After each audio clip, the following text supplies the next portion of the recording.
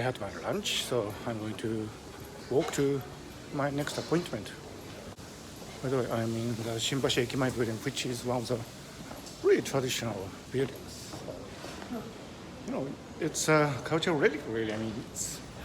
Nowadays you don't see this kind of building anymore. Look at the signs here.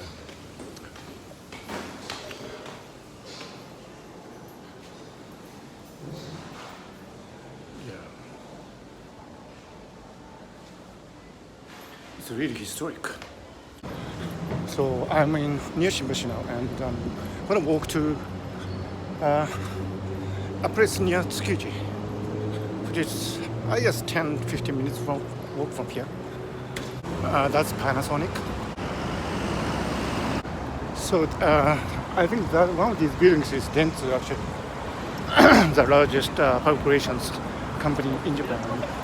That was Nippon Television, one of the key stations. Yeah. some middle-aged man just spoke to me. I don't think I know him. I think he recognized me and he said hello, and I had to say something, so I made a strange reaction. So in that direction is Ginza.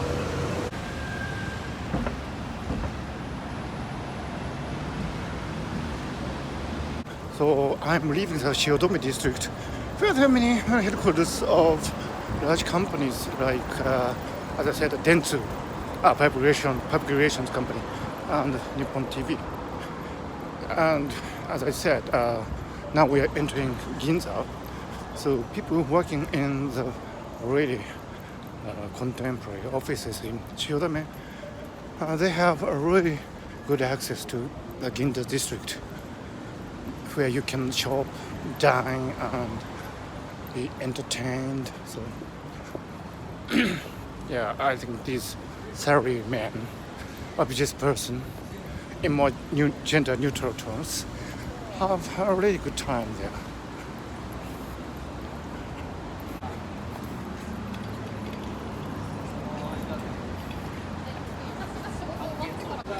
This is Nikuno Hanamasa supermarket. I think this is where many restaurants and bars actually purchase their items, which they cook and sell for much higher prices. So ever since I was a student, I frequented this district, Ginza district. There are many accessible places. Ginza is world famous for its really overpriced restaurants and bars, especially sushi restaurants in Ginza. They're known to be really expensive, starting from maybe $300-400 per head per meal.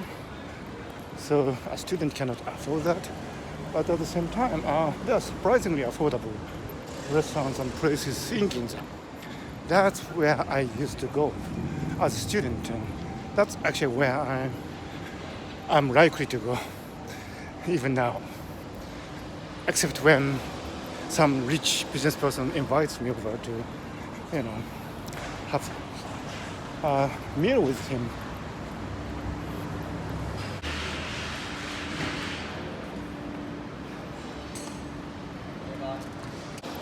So I'm on the back street, one of the back streets of Ginza. I think this is a temple place, Tenkuni. And these spaces are oversubscribed. Actually, whatever you're doing here, whether you are a restaurant owner, a shop owner, or whatever, it'll be one of your dreams if you are based in Japan to have a place of your own in Ginza.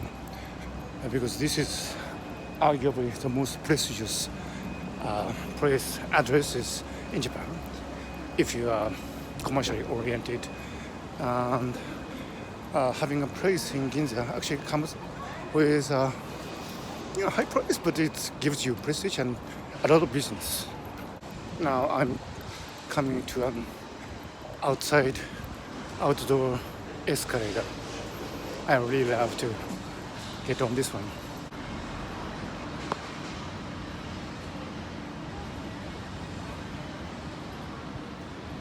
So this escalator is operating sunshine or rain, so I don't know how they make it waterproof.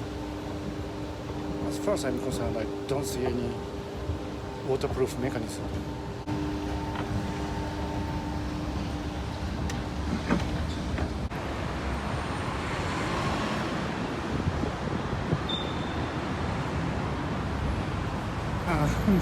I don't know why they have put the escalators here at this particular point. This is already rare in Tokyo. Having outside escalator. And I really don't know why they have the outside escalator here. This is something rare even by Tokyo standards, so there might be some historical reasons, but I have no idea. So this is another outside escalator. And I'm taking the stairs this time.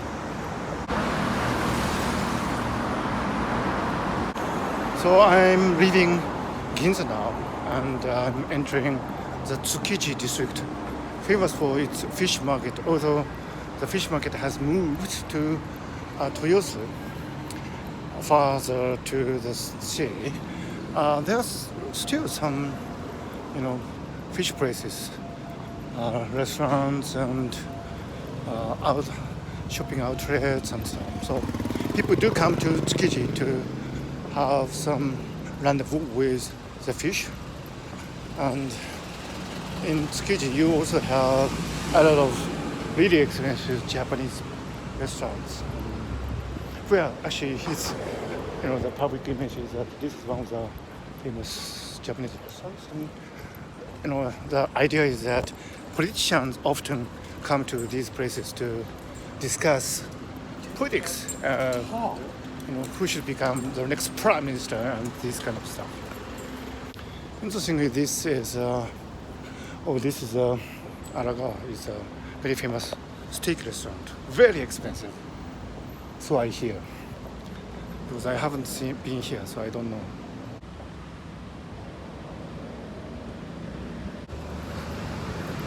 And this is a branch of a restaurant I have been. It's called Hante, famous for kushiyage.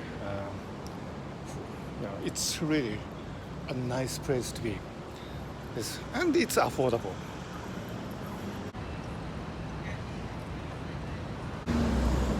So I'm entering the Tsukiji district now. And when you're in these places, you feel as if you belong to a long tradition of culture,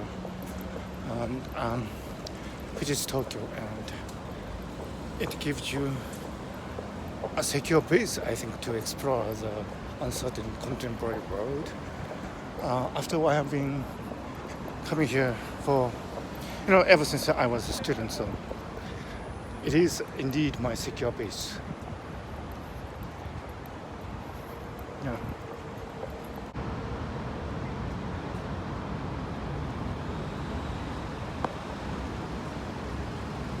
So I'm near my place of business, the Asahi Shimbun newspaper, which is one of the, I think which is Japan's answer to the New York Times in the US, I think.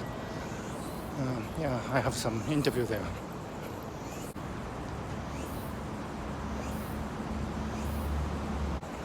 Another day in Japan and another day in Tokyo, and might move around, and I try to do my best.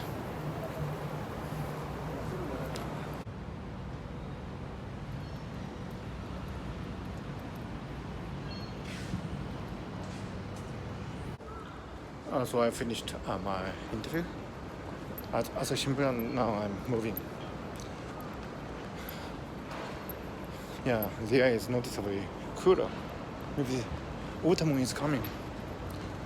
So I get on the train from Tsukiji station. So I'm going to be on the live radio show, News and Current Affairs in Nippon Hoso.